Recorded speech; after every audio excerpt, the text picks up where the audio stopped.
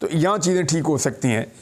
अब ये बंदा, इसको शक की नज़र से सारे देख रहे हैं, कभी वो ये देखते हैं कि वाकई इसका ज़मीर जाग गया है। कुछ इतलात ये हैं कि कुछ और ऐसे ब्यूरोक्रेट हैं जिन्होंने अपनी वीडियो रिकॉर्ड करवा दी है और वो मुनासिब वक्त का इंतज़ार कर रहे हैं। उन्हें पता है कि उनकी जो वीडियो है वो वैसे तो चलनी नहीं है, यानी टीवी चैनल चलाएंगे नहीं, वो प्रेस कॉन्फ्रेंस करने जाएंगे, फिर पकड़े जाएंगे, उनकी बात ही नहीं सुनी जाएगी। अब चट्टा साहब जो आए थे वो PSL के चक्कर में आए थे कि जनाब क्रिकेट मैच होने वाले हैं T20 के, तो मैं उनके बारे में बात करना चाहता हूं, तो अचानक उन्होंने ये वाली बात कर दी। अब PTI का मसला ये है कि वो किसी को भी शक की नज़र के बगैर देख ही नहीं सकते। इतनी मार पड़ी है PTI को कि फजल रहमान साहब ने जब स्टेटमेंट दिया तो वो उस पर भी बेचारे परेशान थे कि अब ये कहीं ऐसा ना हो कि फजल रहमान के हम स्टेटमेंट दें कि ये ठीक बोल रहा है तो ये आगे से कुछ और कह दें। अब वो चट्टा के मामले में भी PTI थोड़ी कंफ्यूज है। हुई तो उनके साथ धांधली है और टका के धांधली हुई है। उनके साथ हुई इतनी ज़्यादती है कि दूध का जला जो है वो छाछ भी फूंक फूंक के पीता है। तो ये हिसाब किताब जो है वो पाकिस्तान तरीके इंसाफ का बना हुआ है। एक चीज़ और बड़ी इंपॉर्टेंट है, लियाकत अली चट्टा ने कौमी असम्बली की सीटों की बात की, 13 नशिस्तों की, लेकिन लियाकत अली चट्टा ने सूबाई असम्बली की नशिस्तों की बात नहीं की। उनकी बात नहीं की। क्यों नहीं की? क्योंकि वहाँ पे पंजाब की हुकूमत बन रही है। उनको ये भी बात करनी चाहिए थी कि हमने सूबाई असम्बली की भी 26 नशिस्तें हरवा दी और जानबूझ के नताइज तब्दील कर दिए, लेकिन वहाँ पे उन्होंने कोई बात नहीं की। क्यों नहीं की? PMLN का इस वक्त का फार्मूला ये है कि मरीम नवाज़ को बनाया जाए वज़ीर आला पंजाब और वज़ीर आज़म पाकिस्तान PMLN का नहीं होना चाहिए, क्योंकि सब ने उनको बता दिया नवाज शरीफ साहब को कि बड़ी कुट पड़ेगी, अवाम बड़ा जलील और गंदा करेगी।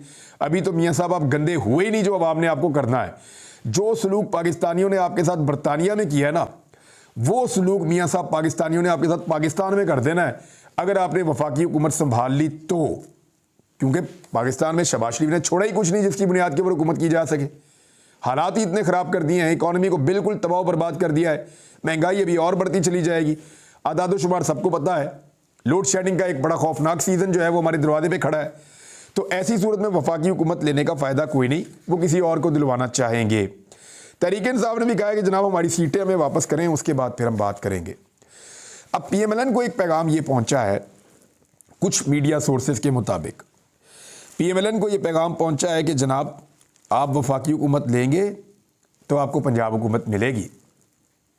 ये नहीं होगा कि मीठा मीठा हप हप और कड़वा कड़वा थू थू। धांधली जो आपके लिए की गई है वो कौमी असम्बली और सूबाई असम्बली दोनों जगहों पे की गई है। ऐसा नहीं होगा कि आप वफाकी हुकूमत ले लें और सूबाई हुकूमत छोड़ दें। अगर आप वफाकी हुकूमत छोड़ेंगे तो जितने MNS की सीटें आपके हाथ से निकलेंगी उतनी आपके हाथ से MPS की भी दुगनी निकलेंगी। लिहाजा फिर पंजाब की हुकूमत भी आपके पास नहीं होगी।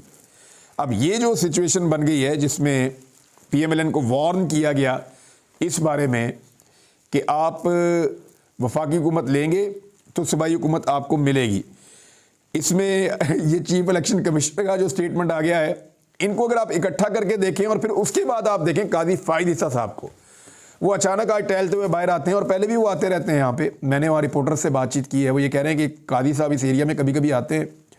आज भी वो आए, हमें मौका मिला उनसे बात करने का। हम गए वहाँ पे तो काजी साहब पहले तो बात नहीं कर रहे थे, लेकिन फिर उन्होंने खुद ही अलाउ किया बात करने का।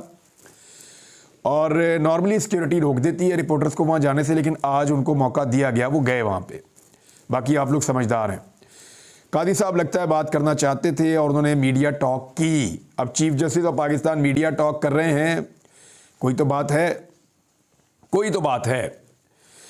अब चीफ जस्टिस ये कहते हैं रिस्पॉन्ड करते हुए और हैरत का इजहार करते हैं और लाइल्मी का इजहार करते हैं कि वो तो लियाकत चट्टा को जानते ही नहीं। लेकिन जब मैंने रिपोर्टर्स से बात की और उनसे मैंने पूछा कि मुझे आप बताइए कि क्या आपकी चीफ जस्टिस से कोई ऑफ द रिकॉर्ड बात हुई है, तो उन्होंने कहा जी भी हमारी ऑफ द रिकॉर्ड भी बात हुई है। मैंने कहा क्या वाकई चीफ जस्टिस को इस खबर के बारे में कुछ नहीं पता था? उन्होंने कहा ये बात झूठ है जी। मैंने कहा क्या मतलब है? तो मुझे रिपोर्टर ने ये बताया कि चीफ जस्टिस ऑफ पाकिस्तान से जब हम पहले ऑफ द रिकॉर्ड बात कर रहे थे तो वो इस सारे इशू के बारे में बाखबर थे। उन्हें पता था कि एक कमिश्नर है रावलपिंडी का लियाकत चट्टा, उन्हें पता था कि उसने उनके ऊपर इल्ज़ाम लगाया है, उन्हें पता था कि किस नौइयत का इल्ज़ाम लगाया है। वो कहते हैं ये तीनों चारों चीज़ें उनको पता थी। लेकिन जब हमने सवाल पुट किया तो चीफ जस्टिस ने ऐसे लाइल्मी का इजहार किया कि जैसे वो इस खबर के बारे में या इन चीज़ों के बारे में बिल्कुल नहीं जानते। तो ये उनका फेक रिएक्शन था चीफ जस्टिस ऑफ पाकिस्तान का।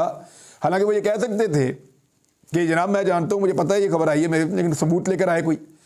लेकिन उन्होंने लाइल्मी का इजहार किया और इस तरह जाहिर किया जैसे वो इस बारे में कुछ नहीं जानते, और उसके बाद एक मौक़िफ़ दिया कि किसी के पास कोई सबूत हैं तो ले आओ धांधली के। तो मामला ये है कि चीफ जस्टिस ऑफ पाकिस्तान, आप फॉर्म 45 मंगवाएं वही सबूत हैं, फॉर्म 47 मंगवाएं वही सबूत हैं। अब अगर किसी के साथ ज़्यादती हो और वो अदालत में या थाने में आ जाए और उसको ये कहा जाए कि लाओ जी सबूत लाओ, तो वो कहाँ से लाए सबूत? यानी ये तो बांध के मारने वाली बात है, इंसाफ ना देने वाली बात है। सारा का सारा फॉरेन मीडिया जो पाकिस्तान में मौजूद है वो गवाही दे रहा है पाकिस्तान में धांधली हुई है। पाकिस्तान की आवाम गवाही दे रही है पाकिस्तान में धांधली हुई है। पाकिस्तान के 90% लोग इस बात को मानते हैं, इससे ज़्यादा कि पाकिस्तान में टका के धांधली हुई है। पाकिस्तान की आधी से ज़्यादा सियासी जमातें कह रही हैं कि पाकिस्तान के अंदर धांधली हुई है। पाकिस्तान में वकला की तंजीमें कह रही हैं, मीडिया पाकिस्तान का चिल्ला चिल्ला कर कह रहा है कि पाकिस्तान में धांधली हुई है। पाकिस्तान के अंदर जो बहुत सारे ऑफिसर्स हैं वो अब कहना शुरू हो गए हैं कि पाकिस्तान के अंदर धांधली हुई है, लेकिन आपको सबूत चाहिए। यानी कैसे सबूत दें आपको? आप सीसीटीवी फुटेजेस मंगा के फिर देखना शुरू कर दें बैठ के।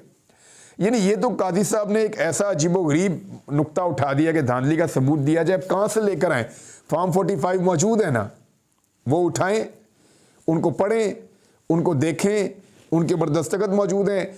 इन्हीं फॉर्म 45 के मुताबिक फॉर्म 47 का फैसला करें और उसके मुताबिक उसको तरतीब दें।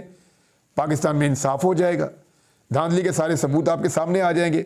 सिस्टमैटिक धांधली हुई है, नताइज आते आते रुके हैं, और 1 घंटा 2 घंटा 4 घंटा नहीं रुके, वो 6-7 घंटे रुके हैं, और उसके बाद जब दोबारा आए हैं तो मुकम्मल तौर पे बदल दिए गए थे। ये तो एकदम जादू हो गया, बिल्कुल जादू हो गया एकदम, और तमाम नताइज बदल गए। तो चीफ जस्टिस ऑफ पाकिस्तान को इस सीट के ऊपर बैठ कर भी ये कुछ नज़र नहीं आ रहा, तो ये तो फिर पाकिस्तान की बदकिस्मती है। नाज़रीन, मैंने आपको एक बड़े सरप्राइज़ का जिक्र किया था, पाकिस्तान तहरीक इंसाफ देने जा रही है, तो बिल्कुल आप उसके लिए रेडी रहें। बड़ा सरप्राइज़ पाकिस्तान तहरीक इंसाफ देगी, और जो तहरीक इंसाफ के वर्कर हैं, सपोर्टर्स हैं, जिन्होंने वोट दिया इमरान खान की आवाज़ के ऊपर, उनको बड़ा मज़ा आने वाला है उस सरप्राइज़ के बाद। आप बड़ा इंजॉय करेंगे उस सरप्राइज़ को। आने वाले दिनों में पाकिस्तान तहरीक इंसाफ वो सरप्राइज़ देगी। एक और भी जो है वो शक का इजहार किया जा रहा है। गालिबन ये भी हो सकता है कि इस कमिश्नर से कोई वादा किया गया हो धांधली के बदले में, और इसने दबा के धांधली करवाई हो और फिर वो वादा पूरा नहीं हुआ। ये भी हो सकता है। लेकिन एक इम्कान ये है कि वाकई में इस शख्स का ज़मीर जाग गया हो। तो अगर इसका ज़मीर वाकई जाग गया है ना, तो ये बड़ी तशवीश की बात है, बहुत तशवीश की बात है। क्योंकि ये ज़मीर अगर जागना शुरू हो गया ना, तो बहुत सारे लोग तत्ते तवे पे बैठ जाएंगे। अब तक के लिए इतना ही। अपना ख्याल रखिएगा, अपने इस चैनल का भी। अल्लाह हाफ़िज़।